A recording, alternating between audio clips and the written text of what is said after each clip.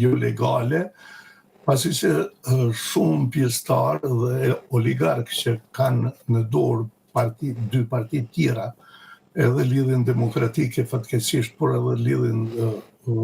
edhe Partinë Demokratike, nuk i lejojnë që të veprojnë pasi që do t'u dilnin në pah, në sipërfaqe do t'u dilnin ato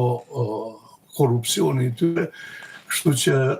lajmi i fundit i Lumir Abdixhikut se janë përfunduar bisedat me Kurtin dhe skemi me që të bisedojmë, është një lajm që nuk është as pak i mirë për Kosovën. Në fakt, mes Kurtit që i ka fituar 51%, diçka më shumë se 51% të votave të kosovarëve që kanë dalë në votimet fundit të dhjetorit,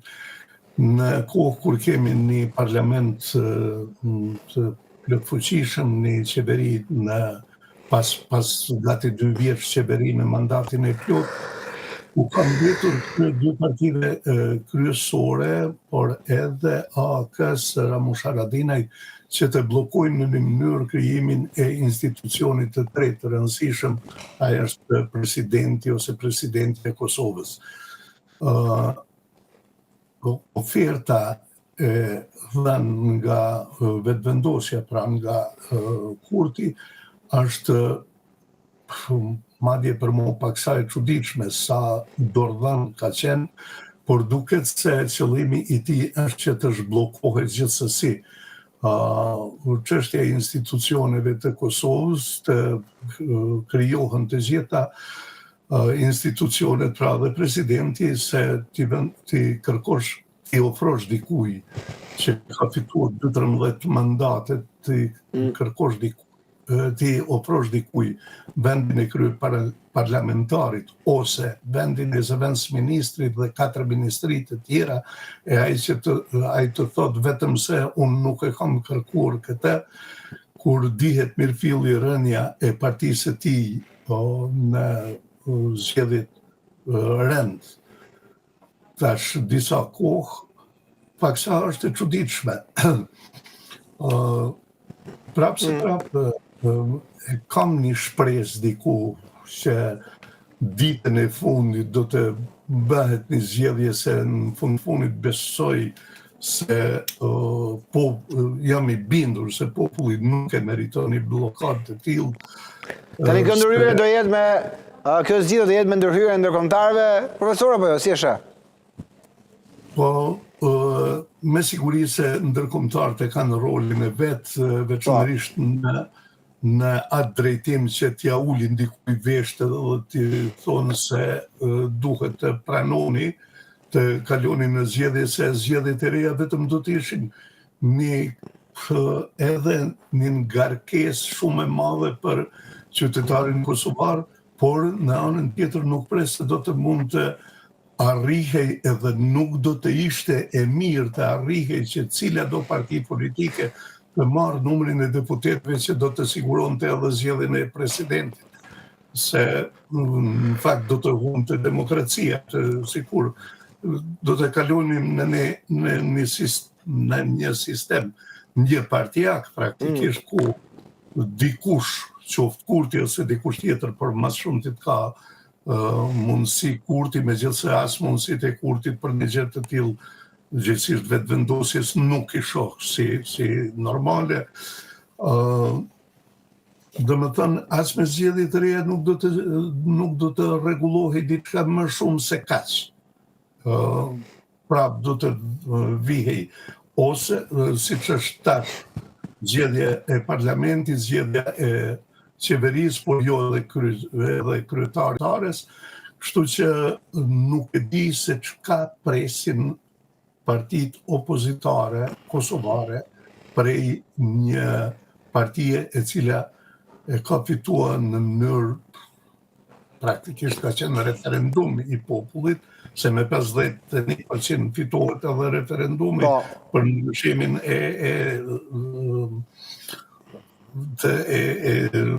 kushtetutë ose gjithçka, po. Po. Kështu që nuk mund t'i kuptoj partitë opozitare se çka dëshirojnë të përfitojnë. Pozita që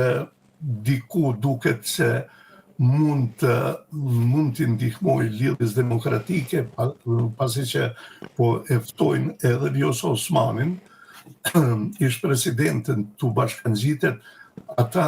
besoj që mendojnë në atë mënyrë që do të përfitojnë diçka nga autoriteti i pamohueshëm i saj si kryetare e Kosovës. Mirë, po Vjosa Osmani është diçka tjetër. Atë opinioni kosovar, gjithsesi votuesi, nuk e njeh si politikane të partisë, e njeh si udhëheqëse të mirë, por në çështje praktike nuk e ka treguar, gjithsesi nuk ka pas mundësi ta tregoj veten si politikane e një partie politike, qoftë atëherë kur ishte me LDK-n, ku praktikisht e përjashtuan, qoftë tani kur ishte si presidente në bashkëpunim me Kurtin. Në anën tjetër, Kurti, gjithsesi vetëvendosja, por pasi udhëheq Kurti ato negociata, po kërkon prej partive opozitare që të qoftë se kanë një kandidat të përbashkues, cili do qoftë të propozojnë dhe vendosja do të jetë për atë që ta votojnë. Është kjo edhe një deklarate e Konjufcës që thotë se vetëm të dalin me një kandidat i cili do të jetë i gjithë pranueshëm dhe ne do ta votojmë. Ai personalisht për vete thotë do ta votojë i pari. Nuk e di, nuk jam skeptik se me një marrëveshje mes të partive politike do të bëhet diçka, elementi ndërkombëtar mund të ndikojë, pasi që t'jemi të qartë, edhe lidhja demokratike kur ishte në pushtet pas Rrugovës të jam më i sinqert, dhe Partia Demokratike ishin shumë aminuese ndaj elementit ndërkombëtar. Kështu që nuk e besoj se do ta refuzonin qoftë edhe një ndërhyrje të një ambasadorit amerikan ose të dikujt nga Bashkimi Evropian e jo më të një autoritetit siç është dikush më i lartë se ambasadori nga Shtetet e Bashkuara të Amerikës. Profesor, shumë faleminderit. Shumë kënaqësi të kisha në këtë bisedë, edhe të uroj një vim ditë sa më të mbar.